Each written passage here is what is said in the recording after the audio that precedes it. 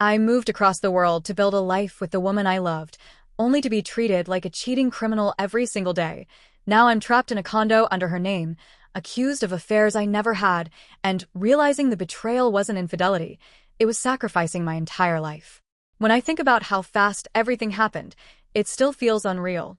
Me, 31M, and my girlfriend, 26F, have been dating for only 6 months, but it escalated so quickly that I moved from America all the way to the Philippines just to be with her. Before meeting in person, everything between us felt easy and natural. We video called every single day. We'd talk for hours about our future, our plans, what life would look like once I finally moved. I had originally been planning on settling in a different city, but after we met online and things took off, we both agreed it made more sense to move in together instead. She even handled everything beforehand, found the apartment, talked to the landlord, handled the lease, and set up the payments. She made me feel like she genuinely wanted to build a life with me. But a week before our first in-person meeting, things started to fall apart. One day I didn't answer my phone for an hour because I accidentally took the wrong medication and it made me fall asleep. When I woke up, I saw a ton of missed calls and texts from her. I called her right away to explain, but she was visibly upset. I kept asking her what was wrong because I genuinely didn't understand why she was reacting like that. Eventually, she snapped and said, "Don't baby me. Who were you with? Why didn't you answer your phone?" It completely blindsided me. I tried to explain over and over that I wasn't with anyone, that I took the wrong medication, that I just fell asleep. She didn't believe me at first. She even made me show her my entire room on camera so she could make sure no other woman was there. I've never cheated on anyone in my life, and it hurt that her instinct was to assume the worst. After a long back and forth, she finally calmed down. She told me her ex had promised her marriage and a whole future, only to cheat on her in the end. She said she was traumatized and that my not answering triggered that fear. I tried to be understanding, and I did reassure her, but I also told her directly that I wouldn't stay in a relationship where this kind of behavior became normal. And because I wanted things to work, I made compromises. A lot of them. She didn't like me having female friends on social media. It didn't matter if they were childhood friends, coworkers, or women I barely talked to. If they posted bikini pictures or looked too confident, she said it made her uncomfortable. She said she felt like she was competing with them for my attention. To avoid fights, I removed them. I even cut off conversations with women who had never been flirtatious or inappropriate in any way. Anytime I asked why she felt that insecure, she would just say she was scared of losing me the way she lost her ex. And because I loved her and genuinely wanted her to feel safe, I gave up more and more of my connections without arguing. I didn't want her to think I valued anyone else more than her, but looking back, I realized I was sacrificing a lot of my own normal boundaries. The more I reassured her, the more she seemed to need reassurance. Something small would set her off, me being busy or slow to reply, or even sounding tired on a call, and she would jump to conclusions that I was drifting away or giving my attention to someone else. I kept trying to stay patient and calm, but part of me started to wonder what this would look like once we were living together full-time. I moved across an ocean for her because I believed in what we had.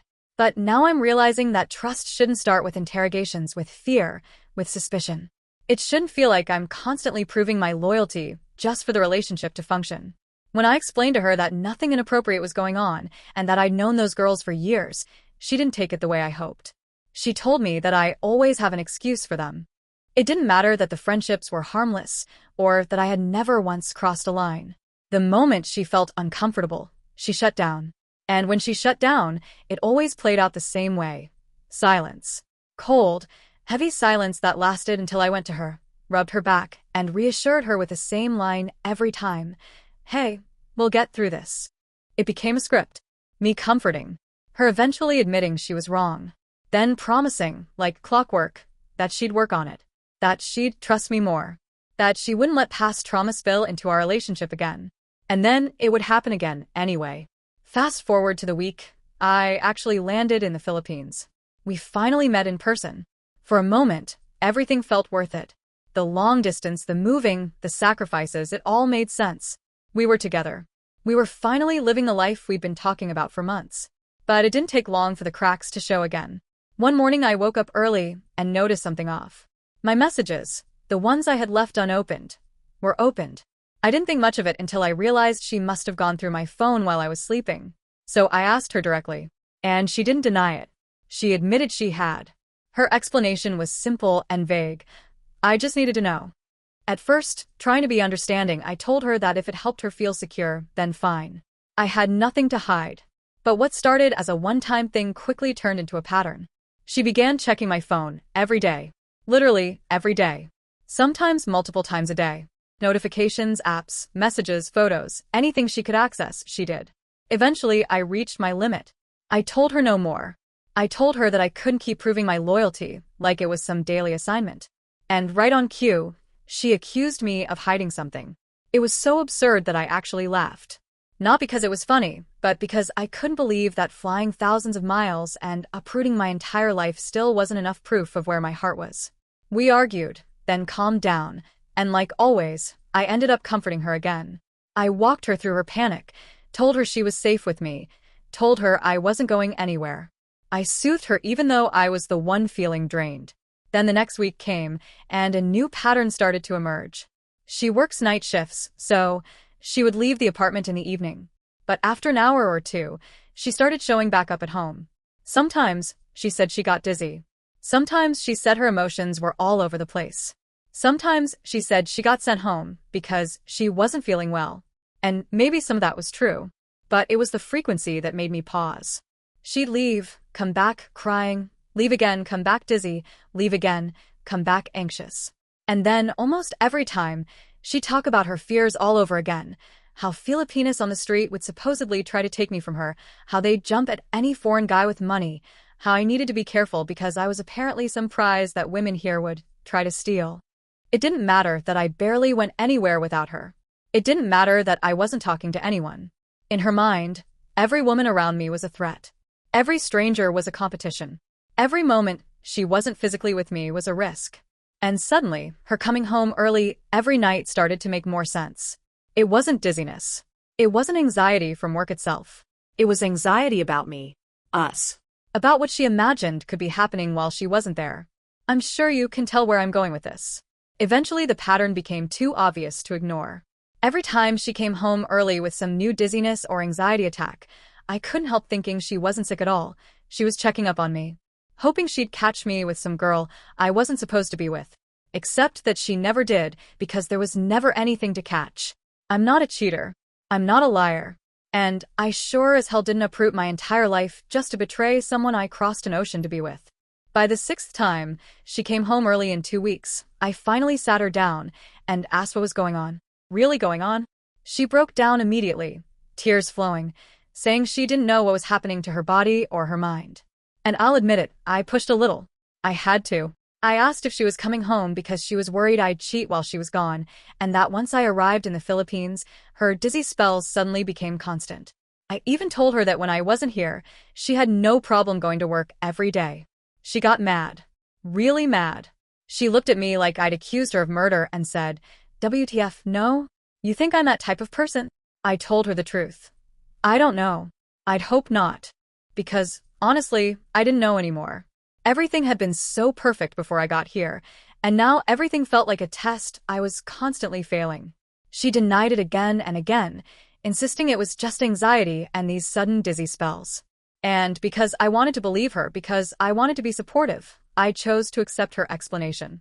Then she brought up her uncle, who worked night shifts and supposedly developed lupus and died early because of hormones being disrupted. I didn't have the heart to challenge that story. I just listened. So I did what I thought a good partner should do. I offered to take care of her. I told her that if night shift was too much for her health, she didn't have to keep pushing herself. I said we could build a business for her together, or she could look for day shift work once she felt better. She immediately refused. She said, "No, I don't want you to feel like I'm taking advantage of you." I reassured her that I didn't see it that way and told her to just think about it. Then one day, she came home early yet again and told me she thought she was going to resign. I asked if she was sure. She said, "Yes. I want to start a business." I told her we'd talk it through, figure things out as a team. From that day on, she took sick leave and never went back to work. And I mean never. As the months passed, the same insecurities that had shown up in our long-distance phase grew bigger. Everything became a trigger. If we walked through a city I'd never even been to before and my eyes wandered, literally just taking in a place I'd never seen, she'd accuse me of checking out women. If a girl happened to walk by us on the sidewalk, her whole demeanor changed. She'd go silent and tense, staring straight ahead like she was holding back some explosion. Sometimes we'd be in a mall or on a street I'd never once stepped foot on, and I'd look around because that's what people do in unfamiliar places. She'd instantly snap. "Why are you looking over there? What are you looking at? Was she pretty?" Every question had a tone beneath it, accusation mixed with fear, mixed with an anger she tried to hide but never could. It didn't matter how many times I reassured her. It didn't matter that I held her hand everywhere we went.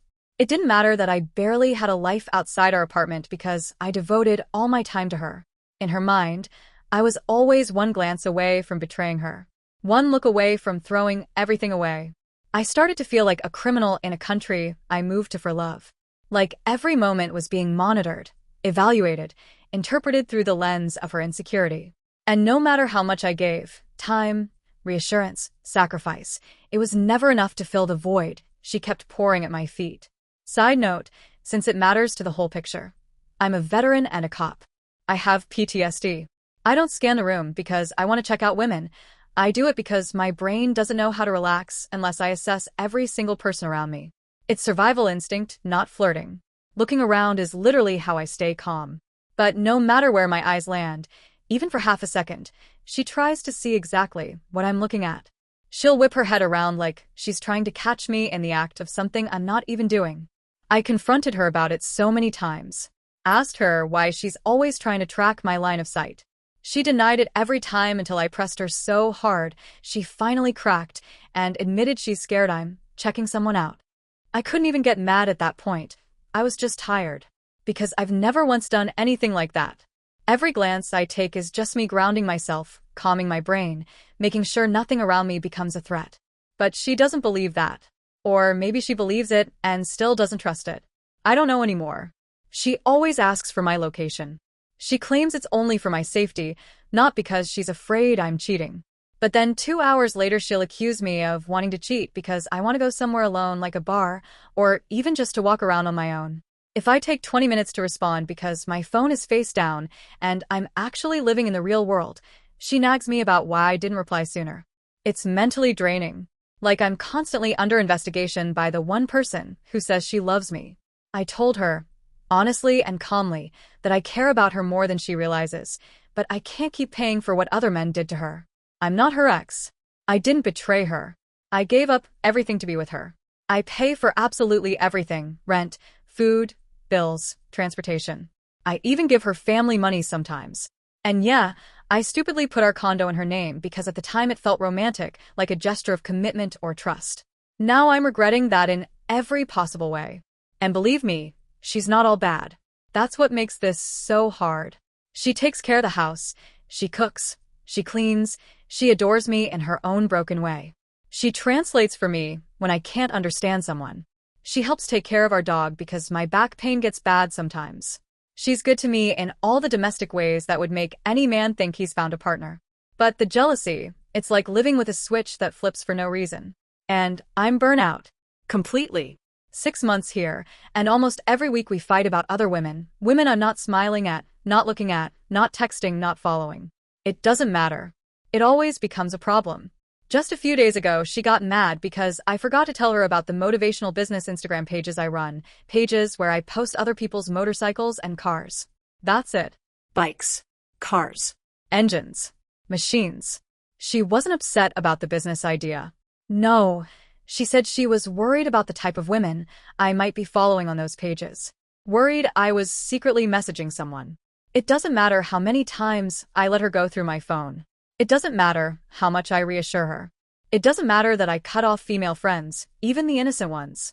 She still creates these scenarios in her head and then reacts like they're real. I've been sleeping on the couch voluntarily for days now, trying to figure out how the hell I can get out of this situation. I'm literally lying awake at night in a condo that's technically in her name, wondering how I'm supposed to leave without blowing up my entire life again. Wondering if I'm going to be seen as the bad guy for wanting peace, trust, and just basic sanity.